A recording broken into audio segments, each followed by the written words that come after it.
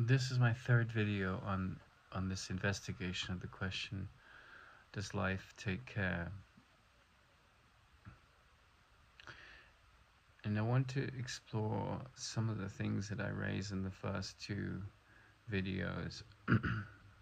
Now, Eckhart Tolle was sort of on an academic path, and he was at this moment where he was sitting on a bench, and I think it was in a park, maybe in Oxford or London. And something just fell away inside of him. He just had this moment where awareness dawned, and there was a lot of silence and stillness. And if you listen to the first two videos that I recorded about the question of does life take care, which is what my mentor years ago had asked Krishnamurti, and Krishnamurti replied, yes, but only if you completely let go. And so these two videos that have gone before, they tell anecdotes and personal stories from my life, but they're all around the theme of the answer, yes, life does take care if you completely let go. And just as Ramana Maharshi, this great sage from South India, he lay down and he let go of this attachment to the thing that he thought he was, and he watched all the things that die, and then he wasn't the same after that. What died in him was any kind of bond to the stories that don't have any relationship to this awareness of being and this happiness of being at the essence of our nature. And after this kind of a similar experience happened to Eckhart Tolle, he didn't really know what to do. He had a sense that life would take care. And it can be quite a challenging experience. And Carlos Castaneda, this series of videos, there's a lot of stories about happenings that went on in my life. Carlos Castaneda said, one day I realized I didn't need to attach the story of my moment to the train of my personal history, and that gave me a lot of relief from suffering. It brought me into the now.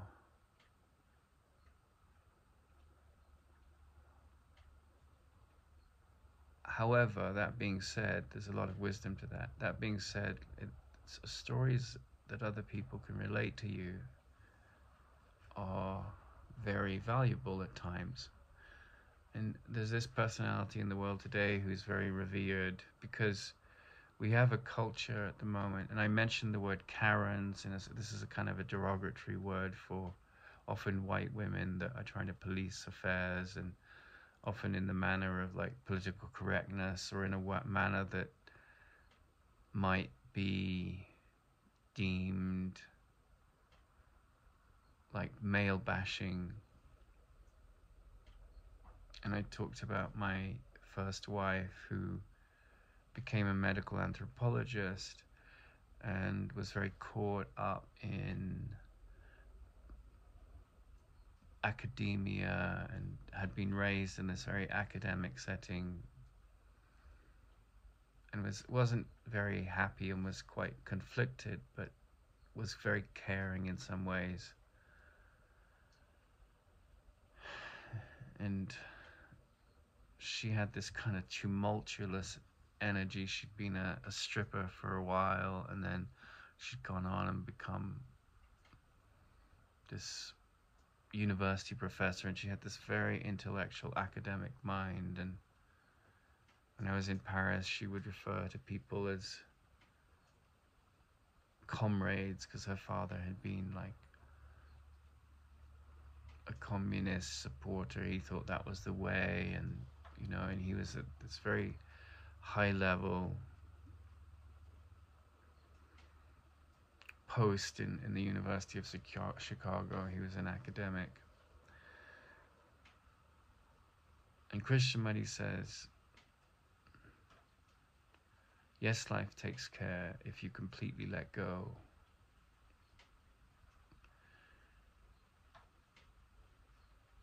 And the reason I reference the Karens and the Jordan Petersons is that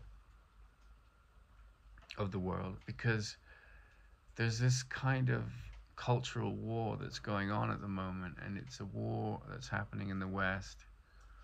And the Greeks had this sort of prophecy that, you know, or it's a prophecy that we attach ourselves to in our time, that the wisdom of the goddess of wisdom, Sophia, which honors the feminine, would come up. And there's this very famous play, which is, if you read about it, it happens in ancient Greece, and it's called Lysistrata, and it's the story of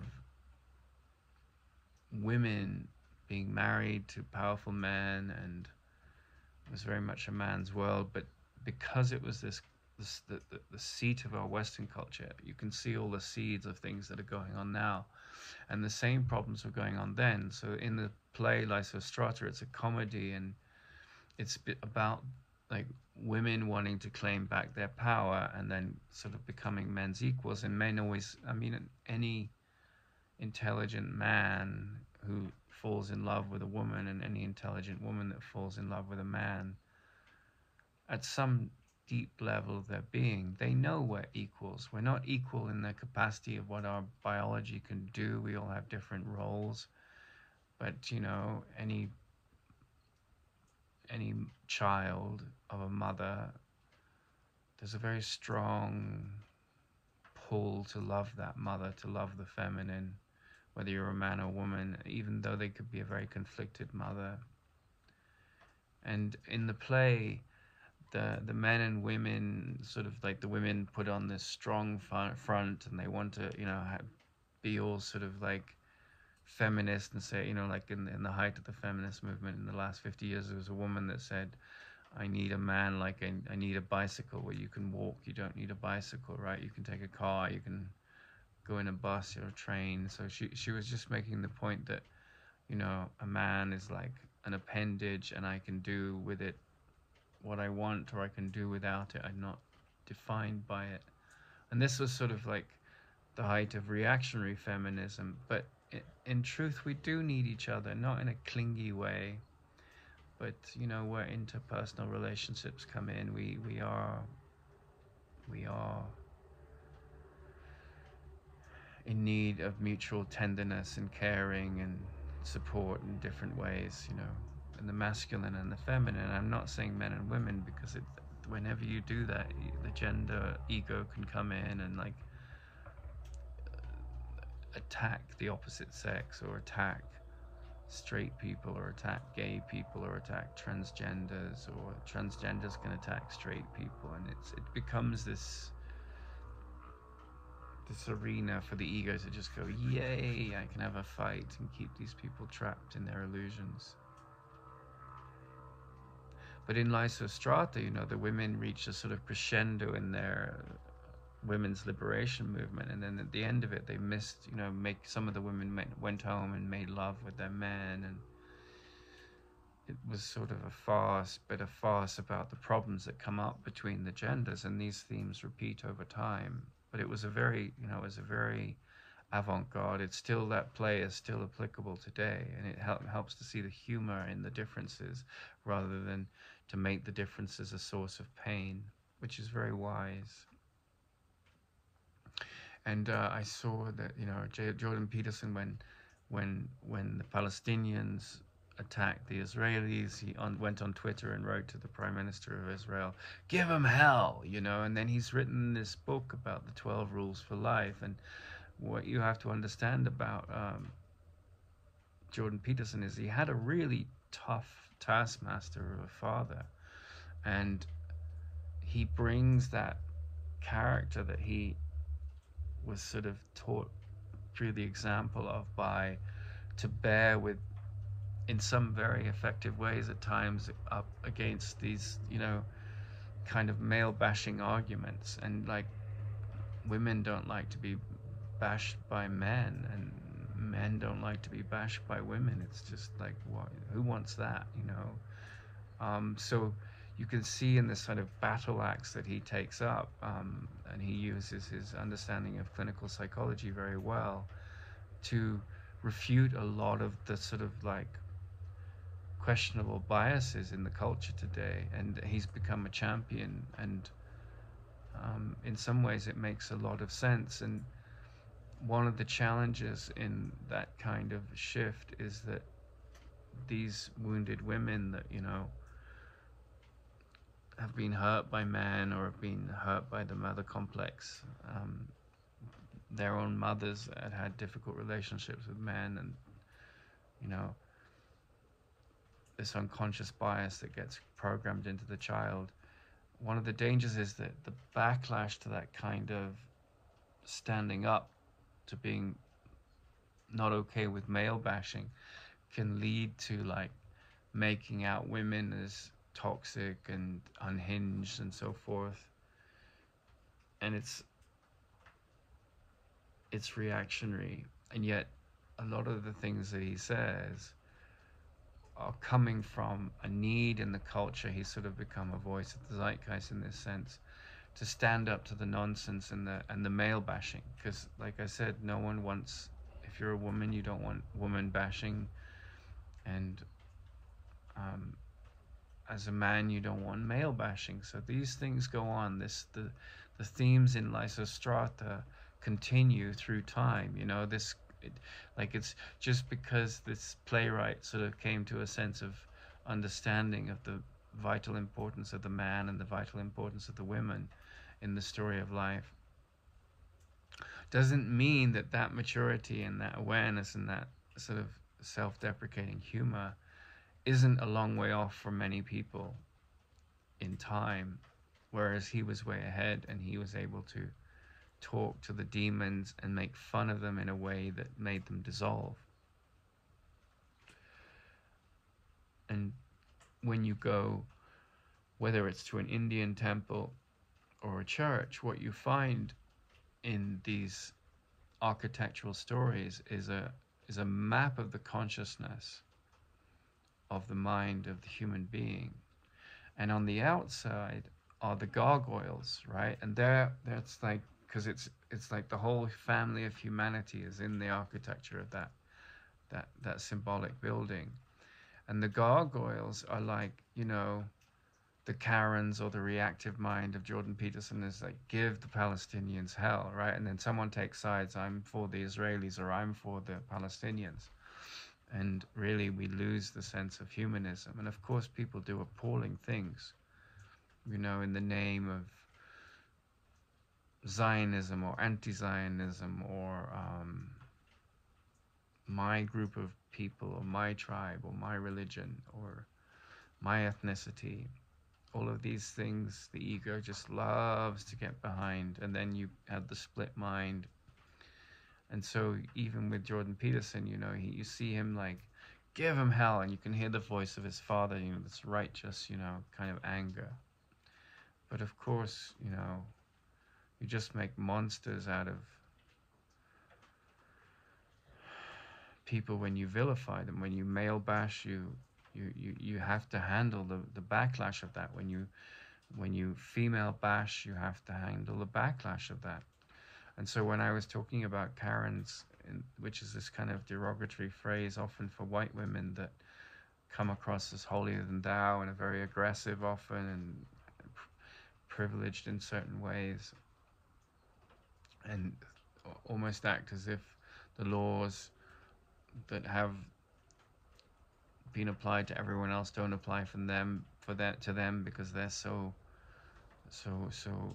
you know, protected by the society, and because we protect women that have children, you know, and if it's predominantly white culture, those women are so used to a certain station, and then they take on the plight of the black people and they make it into their cause, and then, you know, anyone that they think even slightly crosses a boundary, you know, that harsh mother figure, um, that that can overprotect and in so doing become a villain and not know it, then the healthy mother figure, like the more subtle, the more sensitive, that doesn't take sides against men or women, doesn't join this army of attack thoughts. They come in and like they help the masculine out of this pounding that it's getting from the angry, toxic feminine. Um, because within every insanity, there's always a flight path that the you know the computer, the autopilot, like in the plane of our movements forward as a species or as an individual or as a group, there's always that autopilot that corrects, right? And when there's the toxic feminism come in, the toxic feminine comes in, then the healthy feminism is needed to the feminine is needed to balance things out. Same with the toxic masculine, right? So too much toxic masculine, you need like the healthy masculine, the healthy feminine to balance things out, and vice versa is true. And that's a sort of process of autocorrect, and you can really see how, like, just taking up this baton of standing up as a voice that stands up to this male bashing that's going on in the culture, and this sort of like racism towards white people, after there's been a long history of racism towards people of different colors. There's this sort of politically correct modern postmodernism around, like, well, white people have it, they're privileged, they have it in a way that deserves to be, deconstructed, and then all the slave owners of old times that are in the statues, we have to take those down. So there's this kind of reactionary thing, which, and I went to India, and of course, like, I didn't have anything to do with the enslavement of India, and my heroes were these great characters that stood up to the British. But when I told the story of me being in India, of course, to the inverted commas Karens in the room, I came across as an imperialist. I was part of this story of, slavery and the annexation of Indian culture. I was this colonialist, but I went to India inspired by people that usurped colonialism. My mentor was friends with Prime Minister Nehru, the first, who was one of the great leaders of the movement to push out the British, So like, people see through their lens, and Eckhart Tolle and Ramana, these different characters that just sort of wake up to the nonsense of all this. That their minds are ripe, but I think for most of us, it's kind of a protracted journey where this awareness of our deeper function and our happiness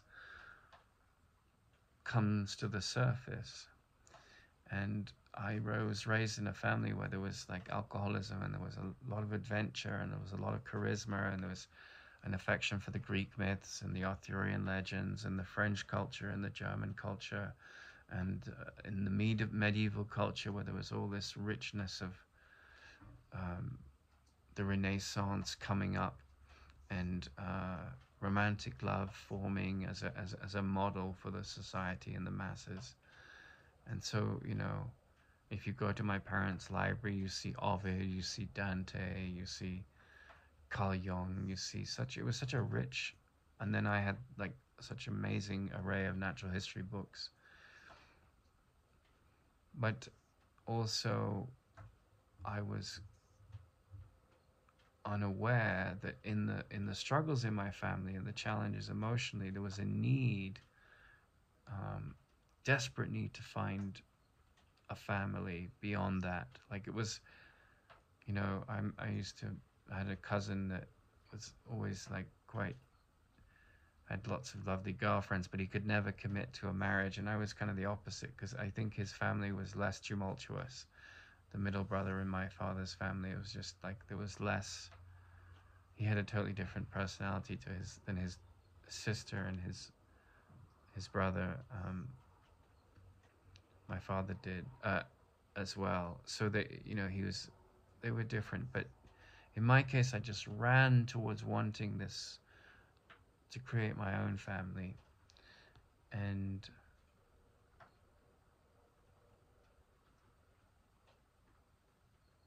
when I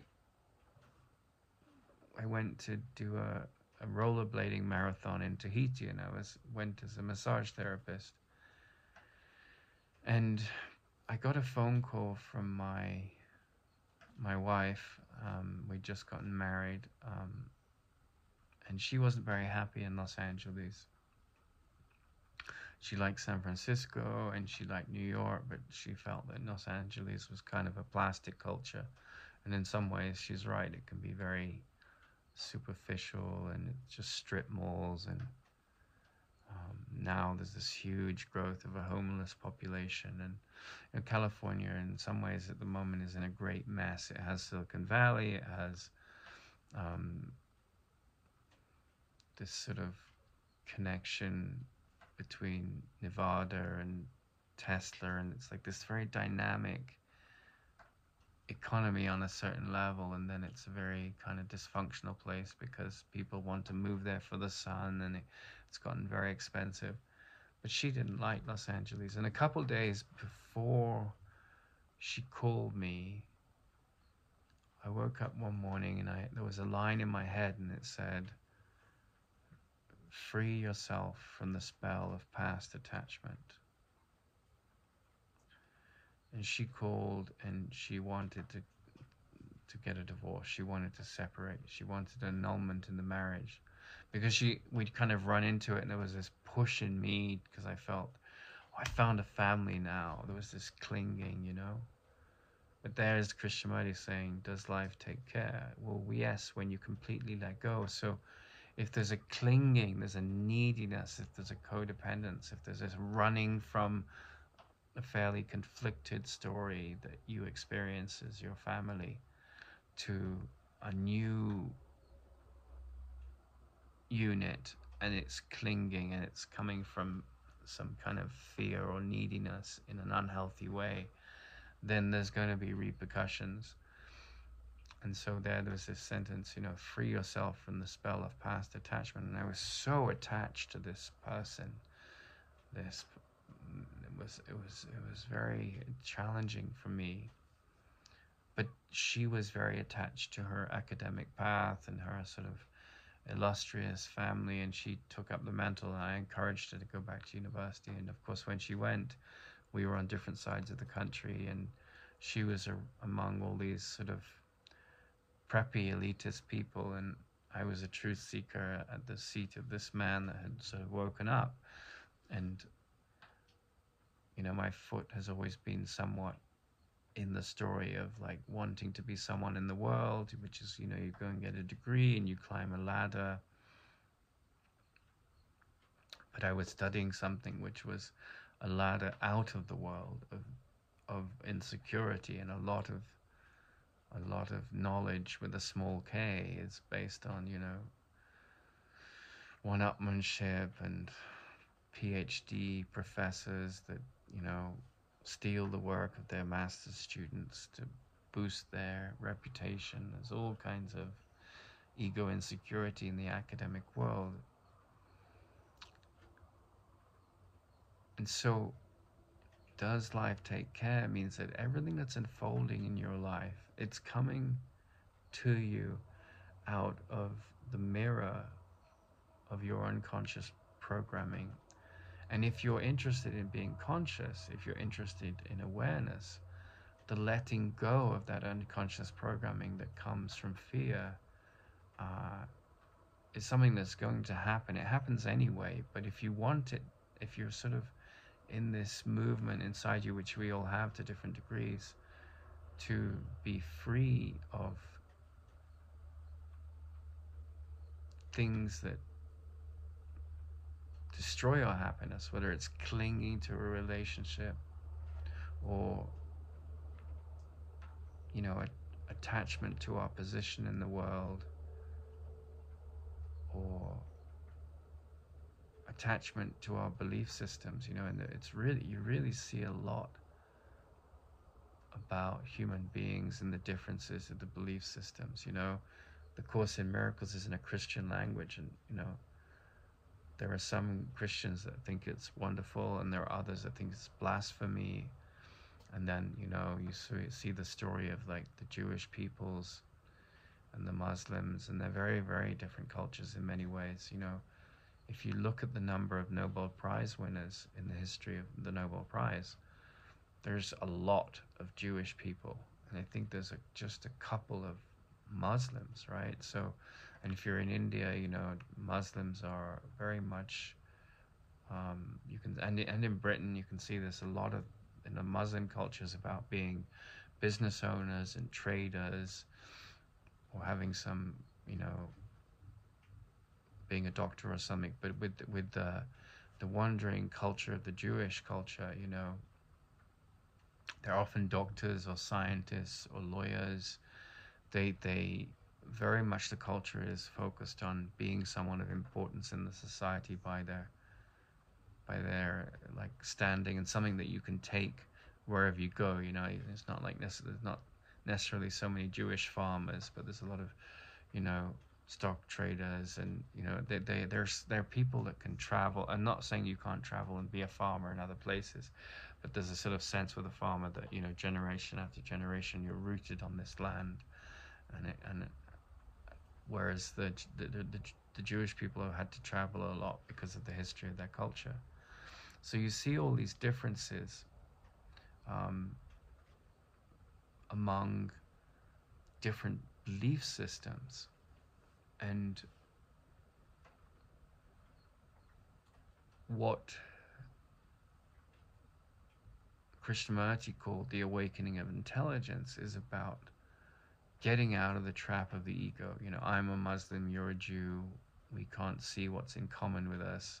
We'll use our different belief systems to attack and defend. Or I'm a feminist and you're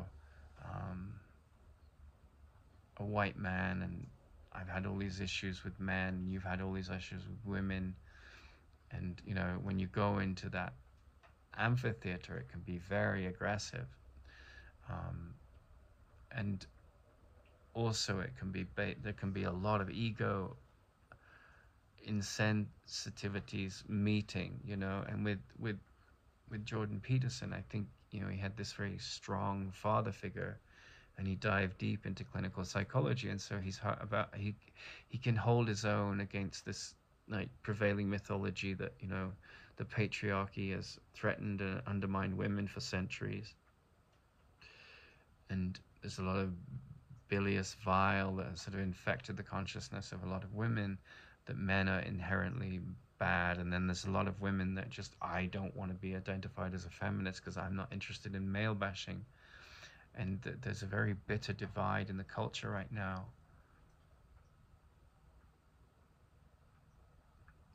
But after I got that guidance, free yourself from the spell of past attachment, I was very attached to my first wife, much more so than she was to me. Certainly the idea of her. And I was very hurt and wounded, and I left America and I went to London and Scotland, and then I ended up in Paris also. Well, I had different experiences during that period, but mostly I went back to England for a short while, and because of the tumultuous challenges I found with my father, the door opened to go and teach in a university in Paris, teach English as a language assistant, and an apartment was available, and so I took it, because whenever I went home, like, his temper would be very, very challenging, and it wasn't an easy place to go. And so what I found in the relationships that I've had, I've often been with very feisty women, because my mother's very feisty and my father's very domineering, and I've run away from those kind of masculine characters, and I've embraced these feminine, feisty, feminine, independent women. And that's the mother and father complex in me, right? So does life take care when you completely let go? Yes, but does that mean that people that have a job aren't taken care of? That's not what Krishnamurti is talking about. He's saying if you really want to awaken to your real nature, you're going to go through this process of letting go all the things that deny the truth about your real nature. And then life takes care. It doesn't mean that you live a dysfunctional life and you have a job and you're not interested in looking into the things that bind you to fear. No, life is about letting go of fear. But it's frightening and scary at some point, in some ways, consciously and unconsciously, to look into the mirror of those fears, right? So that is what he meant by life. Yes, if you look into the mirror of all the attachments and the fears, free yourself from the spell of past attachment, the habits that you've been ingrained in you, whether genetically or by programming or by reaction to programming in your family or your culture.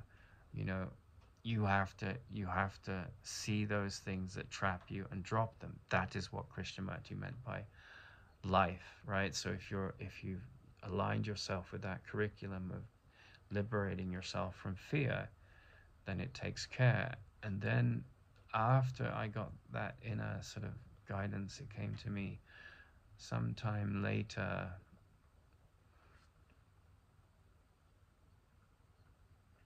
after free yourself from the spell of past attachment. I was consoling myself. I was bereft. I'd gone from this quite challenging family with its liberal ideas and its the conflicts that came with the championing of them to excess between my parents, taking on a child of a different color, taking on foster children, all of these things that came from noble and well-intentioned meaning just brought them into this story of and then different parenting styles and issues with the masculine, issues with the feminine, that everyone has to deal with in their own way. It was like a microcosm of all these things, and a crucible for me to come into and burn up in both in the sense of which we all have to deal with. We all have to deal with the conditioning we're born into. And it doesn't mean that we do it with any efficacy, but it happens anyway, and we either get trapped in that conditioning. We all have challenges with that, and we get bitter and we don't like this group of people, or we don't like this other group of people because we don't like their food, or we don't like the way they smell. And we have, there's a lot of challenges with the differences, and there can be challenges with sameness. Like people that are homosexual, they love the same. Homosexuality, not hetero, means love of the different, right? So people can hate homosexuals. Homosexuals can go off and live in West Hollywood and create their kind of fantasy tower away from the heterosexual world. I met men in West Hollywood that just surround themselves with men, and they lived in a bubble. So there's all this reactionary movement, and then there's what is life, right? Life is living with this action that isn't born of reaction to our conditioning, but dismantles the unhealthy conditioning. And as I went to Paris and I was working was really good for me. I had 2 jobs. I managed a bookshop at night, the Shakespeare and Company bookshop in Paris, where I met my first wife. And then I taught English in a university in Versailles. And I wasn't necessarily happy, but I was happy because I was busy. The work was good for me. And during that period, I had a line come to me as I woke or in meditation. It was, follow your awareness through your tears to the place of certainty. Follow your awareness through your tears to the place of certainty. And before that, I'd asked my mentor, I said, what is certainty?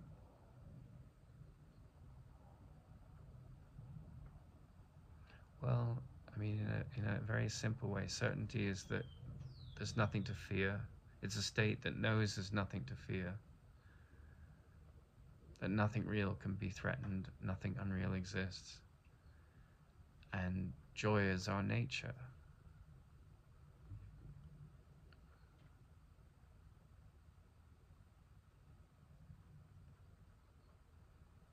And peace beyond the illusions of the world is our nature.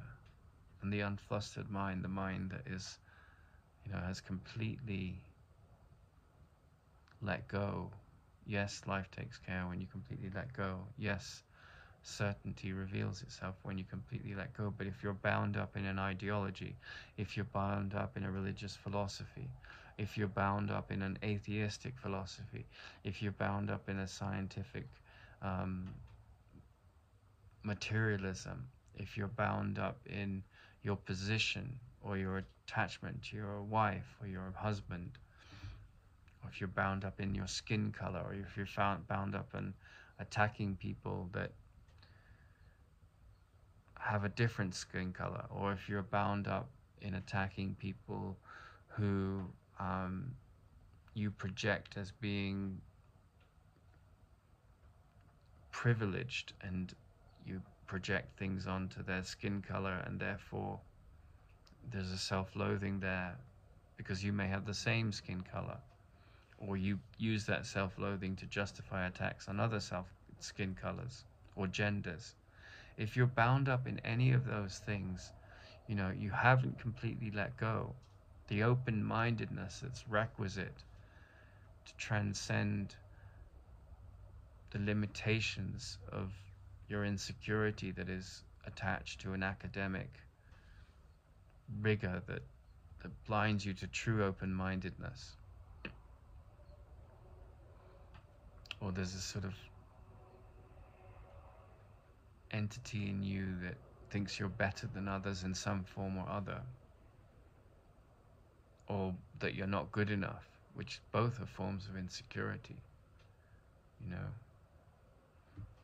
then you haven't completely let go. And I went on this university degree, and there's this statement by Joseph Campbell. He had this brilliant mind, but then he was a maverick, and he didn't want to be trapped by this very specialistic and often insanely specialistic modality of academia. And he said, if you're getting the PhD to fill an insecurity complex, don't, because you put yourself in a cage of monstrosity. Now, I'm not against PhDs. They're valuable, but at other times they're just weapons to prove your insecurity and prove how important you are in the world. But the world is a place of fear,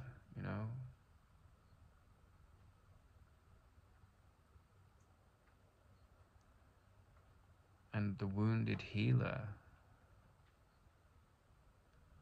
that's where the line by Jesus where he says, physician, heal thyself, And it's such a deep line, because only a healed mind can actually be part of the current of real healing. And that healed mind has touched this depths of certainty. It's not about the medicines, and there's nothing wrong with that. Take the medicines that help your body get better. Go on the diet that help your body get better.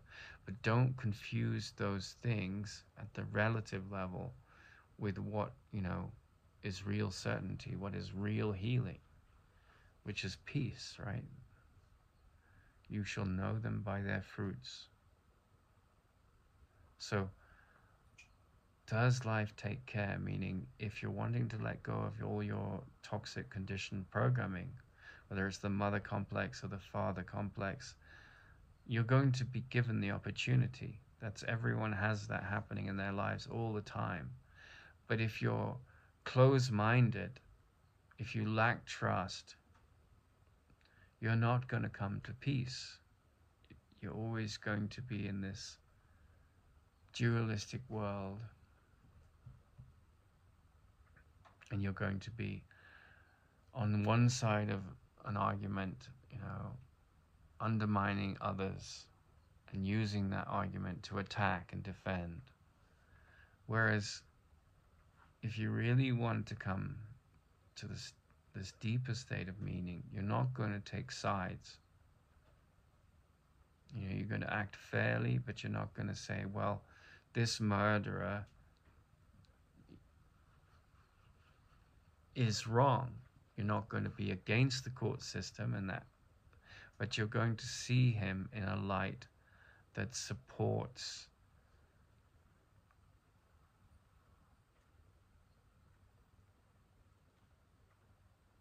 the extension of the light in you.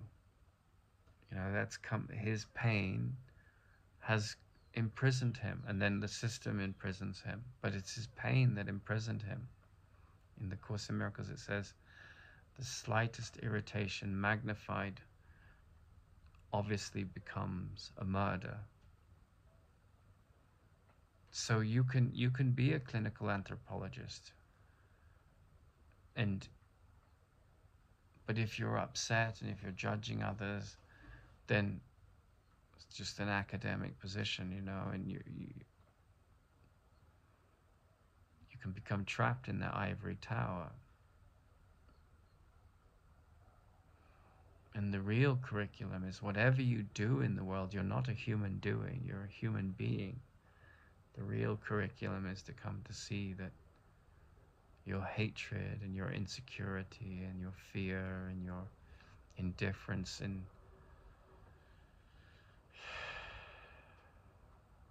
the coldness and the brutality that indifference can bring. Like, I remember my religious education teacher saying, you know,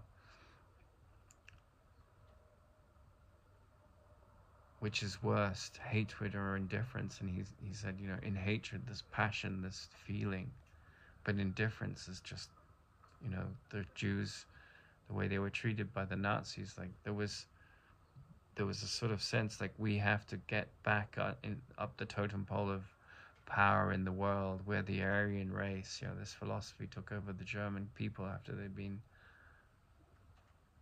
demeaned by the reparations of the British and the French, and they got into chronic debt, and they said, you know, they needed a scapegoat, and Hitler provided them, and the anti-Semitism of the time, it provided them with an argument to say, well, these people aren't even, you know, they're vermin. They didn't even see them. There was like the passion of the, you know, the Hitler Youth going out and redeeming the country in this very toxic psychology, but the concentration camps happened in a sense because of indifference. It's like, well, these people aren't even people, they're vermin. And so there was like this clinical precision to killing them, and there wasn't, it was less out of hatred, it was more of out of indifference. But that kind of callousness is really self-loathing pushed out onto the world. And so if you fall for these traps, then you haven't completely let go, and life isn't taking care. You're in the confines of the prison of the ego thought system, which is, you know, the male bashing feminist, the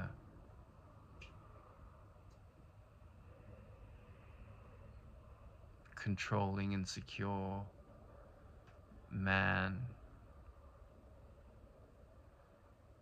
the unhealed healer that is sitting there saying no judgment, we're here to practice unconditional positive regard, and then they're just, you know, hacking away at like the projections of their insecurities onto others and taking people out. And you know, in Indian culture, there's one of the essence of the wisdom of Indian culture, which is the essence of the wisdom of science too at its best. There's this phrase, neti neti, not this, not this. So, you know, life takes care through a process of diligent devotion to not this, which means this isn't bringing peace. This is a form of condemnation. This is the projection of my insecurities. This is the projection of her insecurities. If I just define these people by these traits or myself, I'm trapped. And so life doesn't take care because I'm completely white-knuckling, holding on to my aggression to my seeing these wounded women as unworthy of love and calling them Karens and judging them and attacking them, while cognizant that those clinging, toxic, frightened minds are just a phase. They can be healed, right? Just as, a brutal alcoholic man that beats his wife or screams at, they are wounded, right? So if you're going around defining them by their wounds, which is a very common trait, a normal reactive mind, I condemn these people, give the Palestinians hell, an eye for an eye just makes the whole world blind, a tooth for a tooth just makes the whole world blind, So there's Jordan Peterson on a certain level helping the culture to handle its psychosis and then contributing to it, because it's saying, right, yeah, this is about how despicable the Palestinians are, taking the side of the Israelis. And of course, the Israelis were the Jewish people that were persecuted by the Nazis, and now they've sort of moved into that area which they came from as a species, as a people, and they lived side by side by the Palestinians. And you see this with the Pakistanis and the Indians, and they separate themselves down the line by their religious fervor and their identification, and then it's us and them. And you see this on the Mexican border, it's us and them. And then, Trump comes along and us and them, and he plays on the fears of the differences. And in the Course in Miracles, there's a line at the end, near the end of the lessons, where it says, I think it's related to Christmas, it says, or New Year, and it says, let my biggest change this year, that I come to see that we're all the same, that I see the sameness in each other. And what it means by that is that beyond the differences at the superficial level of gender and race and nationality, there's this lovely word in Spanish, alma, soul. We are soulful. The most soulful music soars up above the battleground of the world and the differences, and sees the common divine nature of the human being, the spiritual essence that comes when you completely let go of this clinging, of this past attachment, of this running towards being accepted, and in that running coming from a place of unseen desperation. So yes, life, when you see all of these qualities in yourself and others, you can either use those qualities in a sort of Machiavellian way to be manipulative, and that's a very common trait, people that have been wounded by men, like women that have been wounded by men, and they go into a lesbian relationship, and they've got this whole hidden rage for the masculine in men.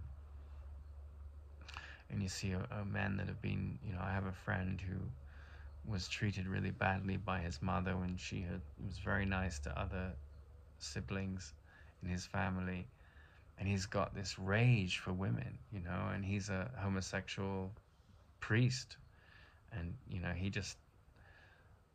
he speaks to that pain in the psyche of this pendulum that goes back and forward between the race of the genders, and yes, with the rising of women in the workplace in the last 60, 70, 80 years, the culture has changed dramatically, and does it mean that women are impeccable and they don't have challenges? No, they're just as flawed as men. So when this changes in the culture come about,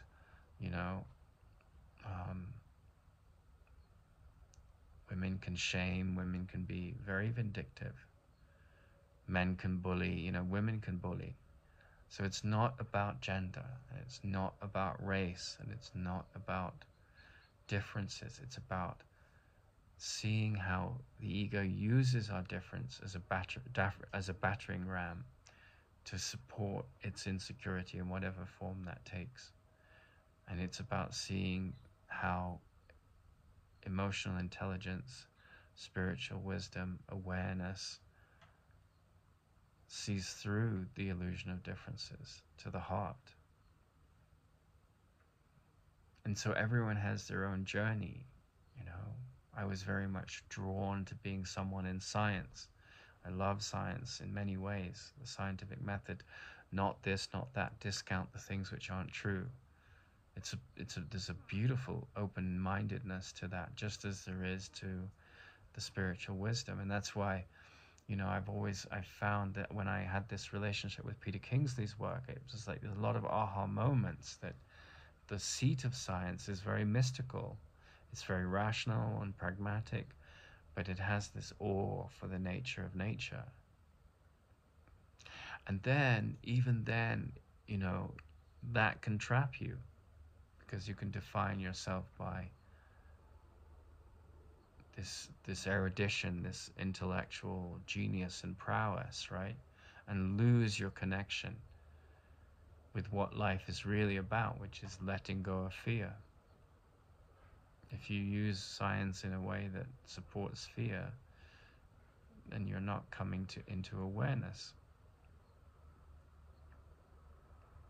So any resistance that comes up, yes, I had to stand up to the abuse that happened to me, but I could see peace instead of this. Right? And one of the challenges that I found going into that psychotherapy degree is, in a way, a lot of the psychotherapeutic profession, it champions victimhood. And it's bound to this sort of very toxic activism that wants to male bash or take up the mantle of this sort of new, because as Napoleon said, the victor writes history. So if women have won in the workplace, now it's the turn of transgenders to win in the workplace. And the dark side of winning means that the victor is saying, well, white straight men are toxic. The Me Too movement, it's like, I understand the pain in the female psyche that created that, but then to vilify all men, it's very, very dangerous movement, an aspect of that movement. And so you're obviously going to have a backlash. No one likes that kind of carte blanche criticism. Everyone sympathizes with people's pain if they're at all sensitive. But when that pain is used to turn into a weapon to attack other people and other groups, that's weaponized victimhood, right?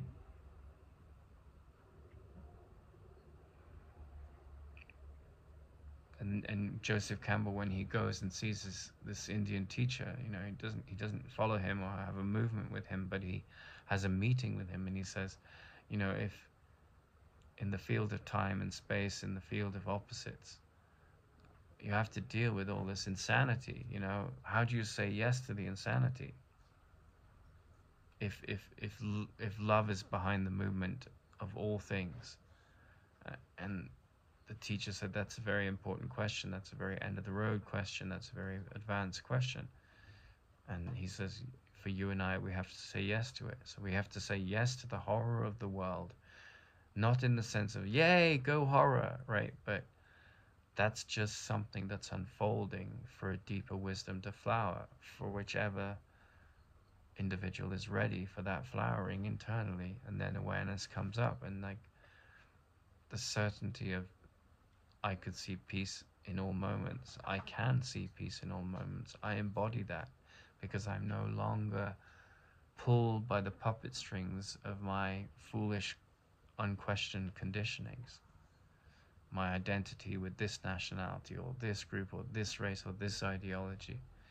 I'm not trapped in the muck of the world that makes me a hater, that makes me hate those that hate me, that limits my understanding of who I am, or my experience of who I am, more importantly, to the reactionary mind. And that's where the real healing is, you know. That's the meaning of physician, heal thyself. Like, you could be a doctor, you could be very well trained in giving out medicines and making lots of money off the pharmaceutical industry's model of medicine. And you could think yourself to be a very important person. You could look down on other people while having this perfected bedside manner, but inside, all your judgments and all your fear is running you, and your pride, and you don't see it. And there's an arrogance to that kind of doctor, and he hasn't come to this awareness that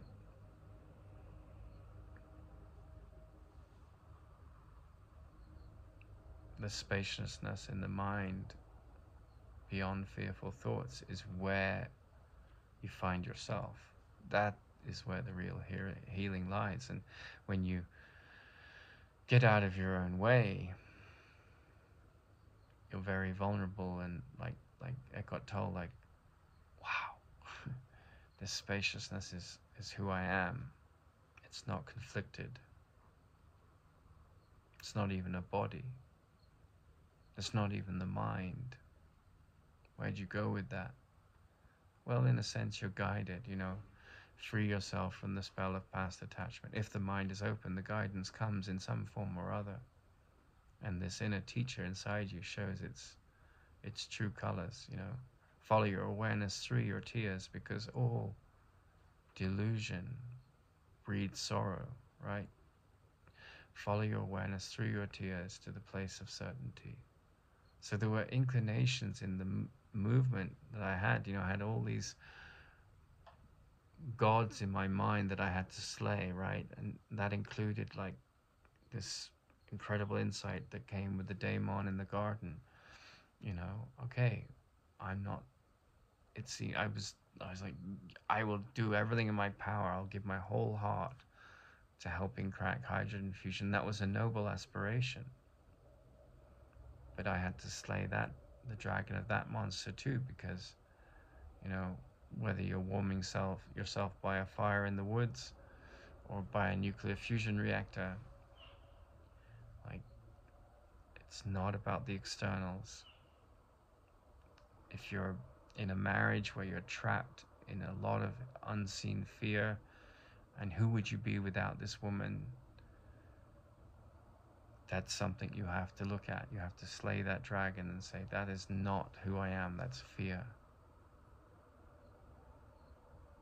If you're afraid of being alone, you have to look in the face of that fear and debunk it. You have to cut off that dragon's head too. So the ego has a million heads, but you have to free yourself from the spell of past attachment to those illusions. And you have to follow your awareness through the tears of your pained identity, through the desert of that pained identity, and get to the other side, to the place of certain sustenance and the green pastures of your healed mind. And whatever comes up, if that's your quest, unconsciously, it's all our quests. Everyone has that unconsciously, the seeking for the source of happiness in the self. The very nature of our self is happiness. The nature of the animalistic world is dualistic. It praises life, celebrates life with an incredible flower, with the blooming of a young woman, with the dignity of an aging person. With, you know, there's so much beauty in life, but at the same time, it has this brutality and this fear and this aggression and this territorialism and this tribalism that is me and mine, separate against the other.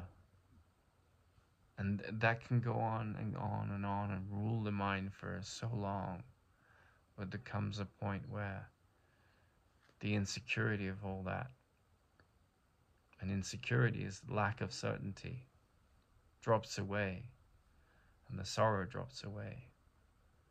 And if that is more important to you than, all the idols of the world, whether they're academic idols or financial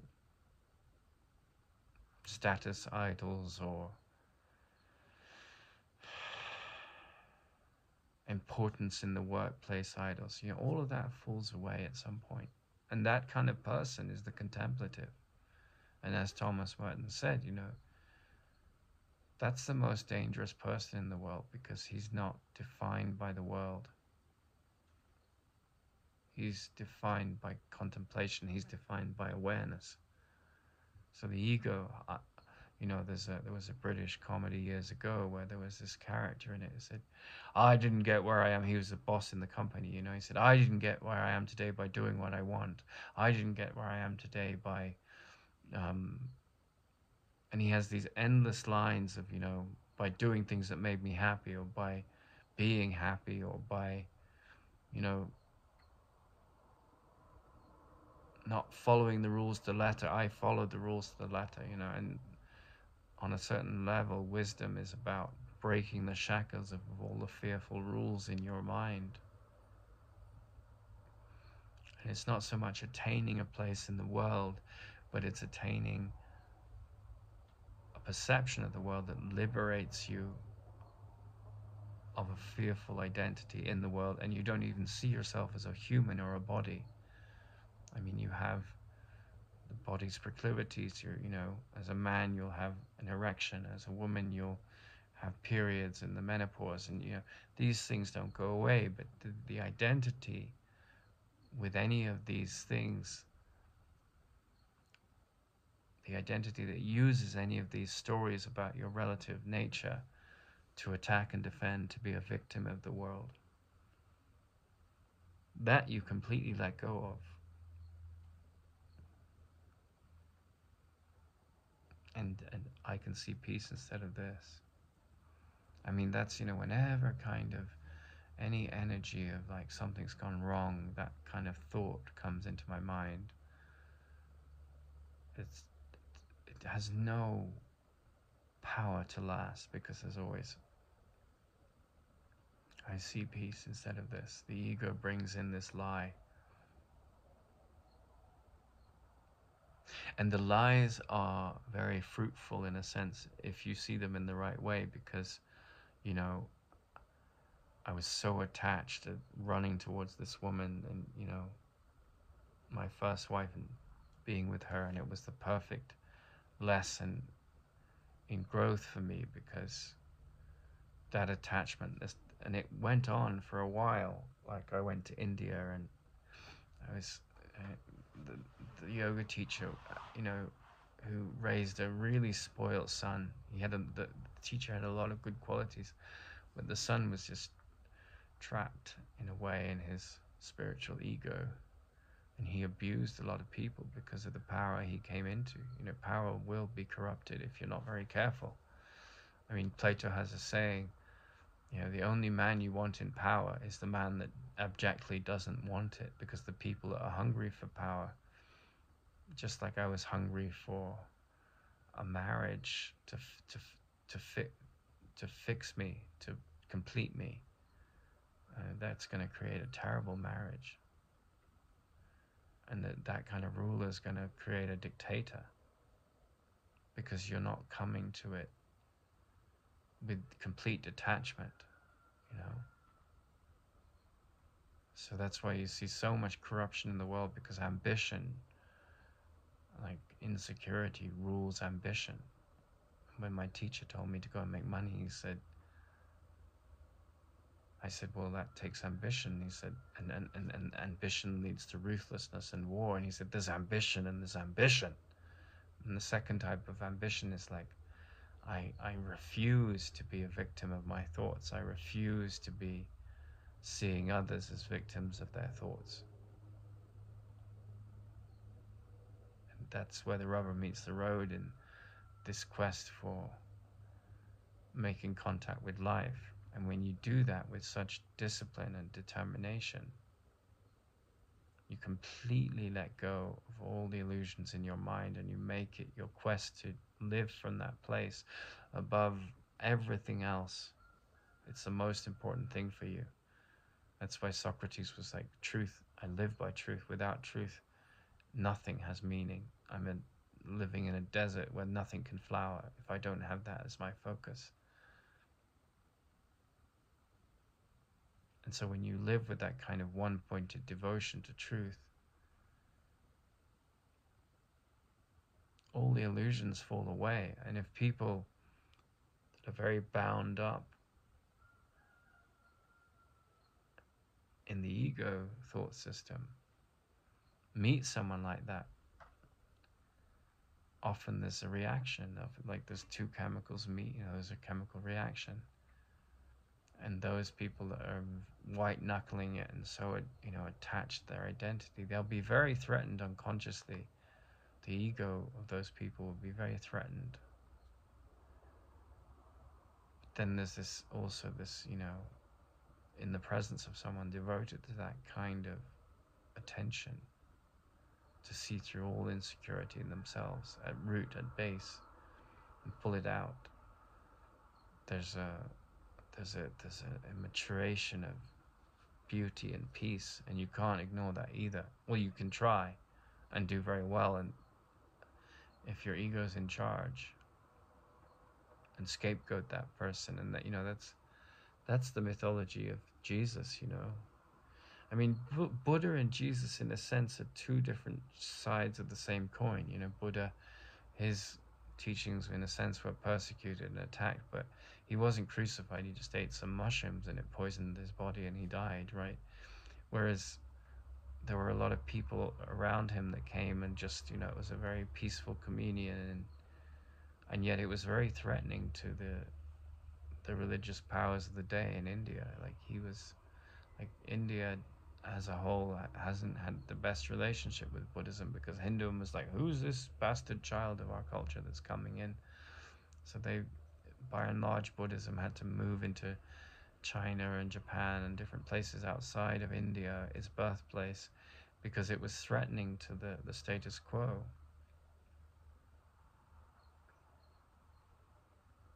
And Christ, in a sense, is a different character, because he said, okay, bring it on, bring on the threats, because I can't be threatened. You can kill my body, you can attack and defend your positions, but I will not get involved in that. I will let you persecute what cannot have any relationship to who I am. I will let you persecute what you think. And that's why, Viktor Frankl, when he was in the concentration camps, he was this great psychotherapist, and he's the father of logotherapy. But he basically said, you can do all kind of things to my body. You can torture me, you can attack me, and you can program me to do your bidding. But one thing you can't do, the power that I have that you can't take away from me, is you don't have control over my attitude and love for you. You can do all kinds of horrible things to me, but you can never come in and prevent me from loving you, no matter what terrible things you can do. That's my power. I can love you no matter what you do to me. I can choose that. And so he had this horrific experience. I think he was in Auschwitz, and he had this epiphany in this hellish conditions, that, like, whatever happens in the story of my life in the world, I have the power to love. Free yourself from the spell of the past attachments. Follow your awareness through your tears to the place of certainty. Does life take care? Does life lead you to certainty, peace, and wisdom? Yes, if you completely let go of all the things that are unpeaceful that you're attached to, all the things that are unwisdom that you're attached to.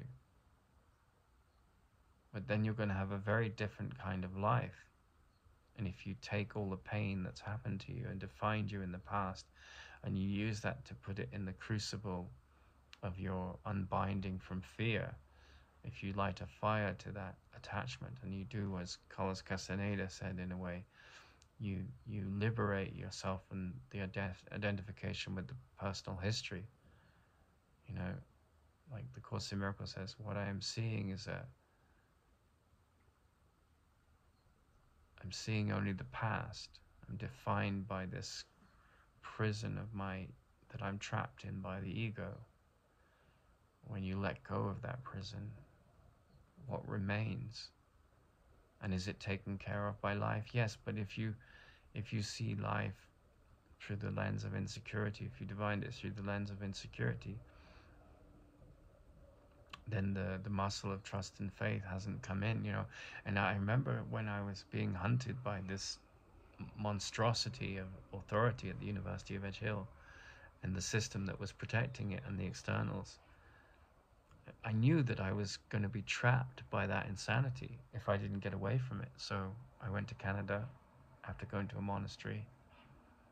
There was nowhere I could stay in that realm that was safe, because it came from the whole system was insecure and neurotic, and I wasn't. And the only thing that was challenging about that for me was I was feeling like I was losing this connection with what I felt was my destiny in the world at that moment, which was be in a place where I could explore fundamental physics in my spare time. And even that attachment had to go. And that was challenging for me, because I thought, well, I've touched something important here. Relatively speaking, I had. So Viktor Frankl said, you know, an abnormal reaction to abnormal behavior is normal. So I watched the juggernaut of that movement of going to the conference in Oxford, you know, trying to make headway in the mathematics that was required conversations with much deeper minds in those realms and discrimination. And I watched the wheels of that movement, as the train had come to a stop in terms of being able to push forward on it, keep turning. And I honored the death of that child in me, and buried it with due solemnity and bitterness. And then I saw through the bitterness, and I came to this shift where I went from Canada to Ecuador. A friend paid for my flight, and I mean, most human beings in a situation like that, you know, going to a country far away with no income as per se, not wanting to bring my problems to other people's door, you know, like Tara Singh said, if you're going to be with forgiveness for today, you don't bring your problems to other people's, that they've got enough problems, don't bring your problems to others. So I walked through this valley where I didn't become a victim of the world I saw. I processed my hurt from being attacked, and I went to a place where faith took over. And I arrived in the field in Ecuador, and I met a man, and they have a second house, and it's kind of a benefit for them to have someone here, because it keeps the place safe, and they liked me, and it wasn't any skin off their nose, and I didn't have to pay rent per se. I just had a place to be. Does life take care when you completely let go? Yes, and you follow this deeper intuition. And the Course in Miracles, it says there's nothing to fear. Well, the story I've told you, there's a lot of things that in the totem pole in my mind, if I lost them, there was a lot to fear. If I lost my wife, there was a lot to fear. Past attachment was something I had to let go of. My devotion to this profound quest to live in harmony on this planet. I didn't so much have to let go of that, but I had to let go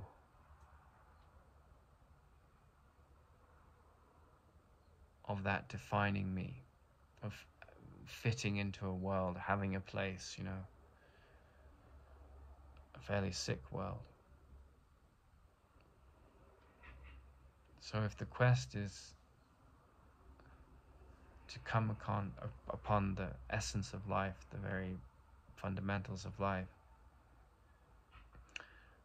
which means to drop all fear, then you will be taken care of. I mean, you have to do your part, but the most important aspect of that, beyond the practicalities of feeding yourself, finding the right livelihood, is the trust in the unfolding of your inner movement towards the open mind that opens the door to this state which doesn't condemn or attack. And that was a real sign for me that, that on the surface, Jordan Peterson said lots of wonderful things. And then he was like this tweet where he said, "Give him hell." That was his father's conditioning. Like, there's a bad guy and there's a good guy. It's duality. Yeah, I will probably take, Edge Hill to court, the university. Were they bad guys? No, what they did was unconscionable. It came from a place of fear. Does that mean the people who did those things are insane? At a relative level, yes, most people are insane. They attack and defend, and you can find no safety in that. And if you want safety, you end this cycle of attacking and defending. And it is the action of truth to hold up the mirror to that, which is where the court case would make sense. You persecuted an innocent man because you wanted a villain, you wanted a scapegoat, just as the Nazis did it to the Jews. And in a certain sense, the Israeli people have done it to the Palestinians, and the Palestinians have done it to the Israelis. And until you get out of those identities, which is very challenging if that's the culture you're born into, but wisdom transcends, I'm a Canadian, I hate these people, right? And when you see Jordan Peterson, he's talking about a lot of the dark things that are happening in the culture wars, and that's enlightening to a degree, as long as you don't let the voice of your mind, which is standing up for truth, become an idol, because that idol can then turn into a weapon and truth is lost.